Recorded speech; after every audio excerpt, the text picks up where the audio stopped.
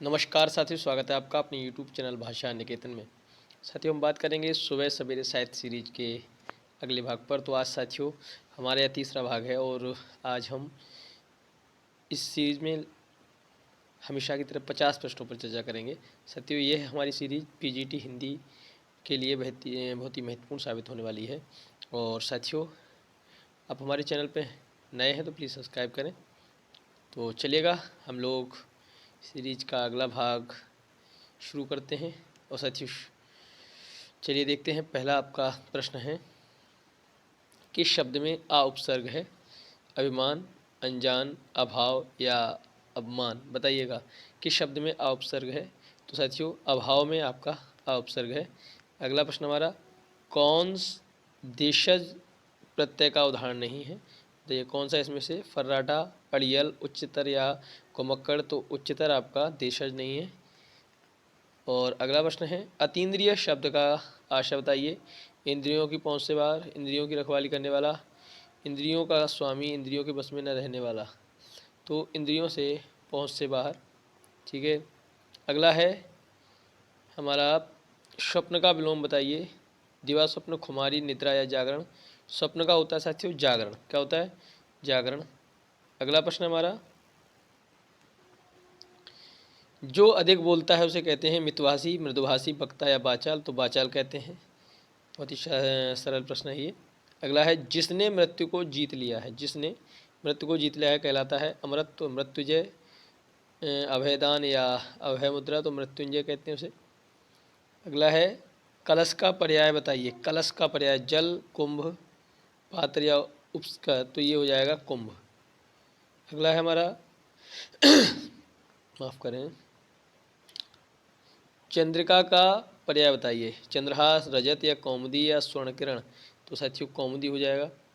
अगला प्रश्न है, जो शीघ्र ही किसी बात या युक्ति को सोच ले उसे कहेंगे सहमति, व्युत्पन्नमति या प्रत्युत्पन्नमति या सम्मति? तो प्रत्युत्पन्नमति। उपजाऊ का विलोम बताइएगा। सिंचित, खाद, ऊसर या बंजर? तो ऊसर हो जाता है। अगला है हमारा प्रश्न, समस्त पृथ्वी से संबंध रखने वाला बताइए कौन हो जाएगा? सार्वभौमिक, सार्वकालिक, सार्वदेशिक या सर्वज्ञ? तो सार्वभौमिक होता है। अगला प्रश्न हमारा, प्रत्यय रहित शब्द बताइए। मर्मज्ञ, वैज्ञानिक, कृपालु या अनुवाद? तो अनुवाद हो जाएगा साथियों। आर्द्र का विलोम शब्द बताना है। नम, शुष्क, गीला या लचीला? तो साथियों आर्द्र का विलोम शुष्क होता है। परुष शब्द का विलोम बताइए। परुष।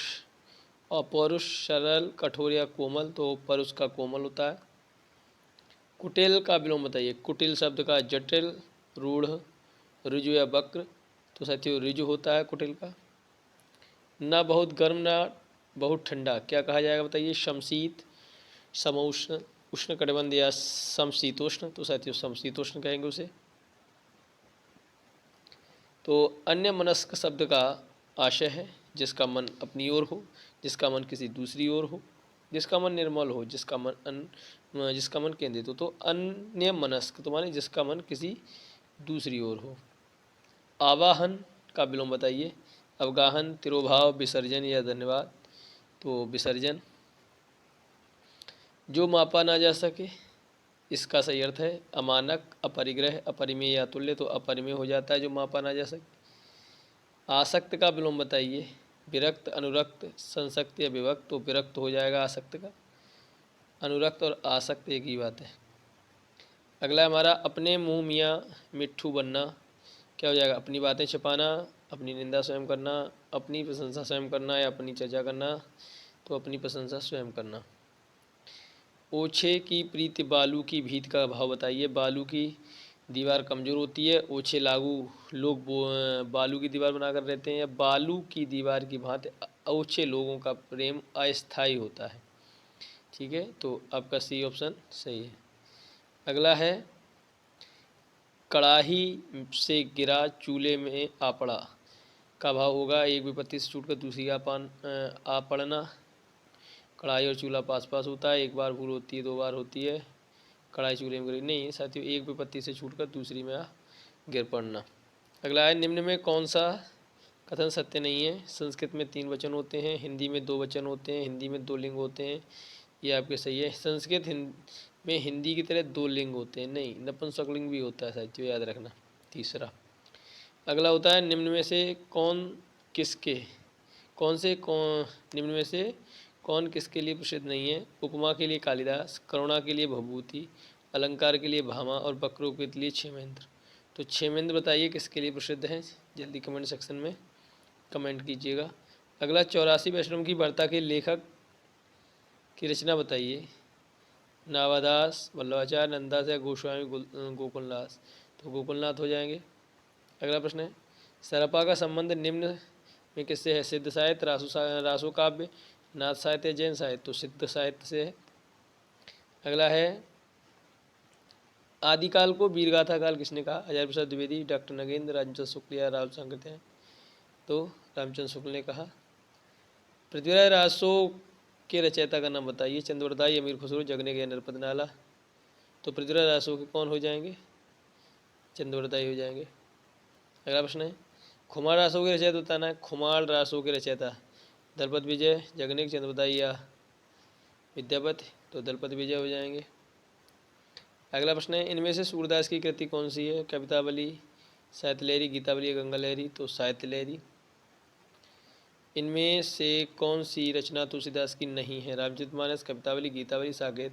तो साकेत नहीं है। तो साकेत किसकी है साथियों? कमेंट सेक्शन में जल्दी से बताइएगा। अगला प्रश्न हमारा कबीरदास किस काव्यधारा का प्रतिनिधित्व करते हैं? बताइए।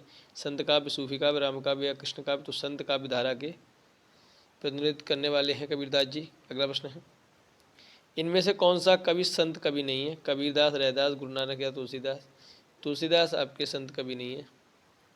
अगला है इनमें से सूफी काव्य धारा का कवि कौन सा नहीं है? मुल्ला दाऊद, जायसी, कुतुबन, ये सभी तो हैं।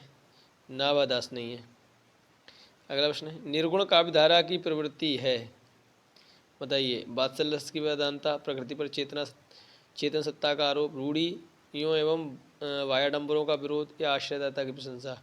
तो आपका ये सही है। अगला प्रश्न है पद्मावत के रचयिता कौन है? मुल्ला दाऊद, जायसी, कुतुबन या मंजन। तो साथियों जायसी हैं। अगला प्रश्न है अष्टयाम के रचयिता बताइए। सूरदास, गोकुलनाथ, नावादास या वल्लभाचार्य। अष्टयाम की नावादास। अगला प्रश्न हमारा पद्मावत किस भाषा में लिखी गई रचना है? अवधी, ब्रजभाषा, खड़ी बोली या फारसी। तो अवधी भाषा में लिखा गया ग्रंथ है।